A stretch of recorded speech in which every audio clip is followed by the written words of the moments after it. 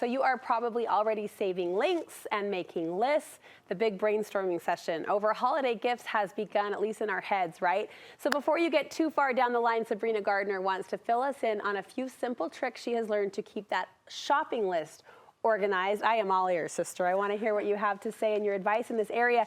Let's start with organizing your shopping list. You suggest 2 different categories. Yeah, I like to think of it as far as immediate family. This is kids, spouses, and then kind of everybody else. And the reason I do that is because with your spouse and kids, a lot of times there's multiple gifts. Yes. Like you might get a stocking stuffer, a Christmas Eve pajamas, and then, you know, a main gift. Right. And then typically for the other ones, you're just getting a single gift. But the first thing you want to do is write down every single person that you need to give throughout the season.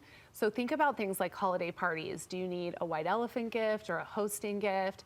Teacher gifts, coaches gifts, things like that. Put it all down. All down, because Okay. then that gives you the big picture of kind of everything that you've got to get through. And you're organizing this in a spreadsheet. I love Google Sheets. They have a great app on your phone. It makes it super easy, and then you can save ideas and links right there. So Google Sheets, I need to play around with that. And you say you could do the same thing in your Notes app if Absolutely. if that's what you use. And Notes, you can even add like a little checkbox so you can check it off when you're done. I do this in my Google Sheet as well. And then there's actually studies showing that if you write things down, it helps you remember it. So a list works great too. Listen, and there's no study on this, but I am here to say it boosts your momentum when you're able to check. Yes. Check. There's something Check. really satisfying. It feels so good. Tell me some other categories that you include in your doc. Okay, so I love to have ideas because those come randomly throughout the season. Somebody will say something or your kids will, you know, point out something that they like. Jot it down so you don't forget it later. And then you want to save those links because then it will help you with shopping if you're waiting to shop a sale, if you can just click on that link and get you right to the product. Aha. Yes. And then the other thing I like to do is I like to track, you know, where it's at in the process, if I purchased it and if it's wrapped. You are organized, and I love it. I aspire to be you.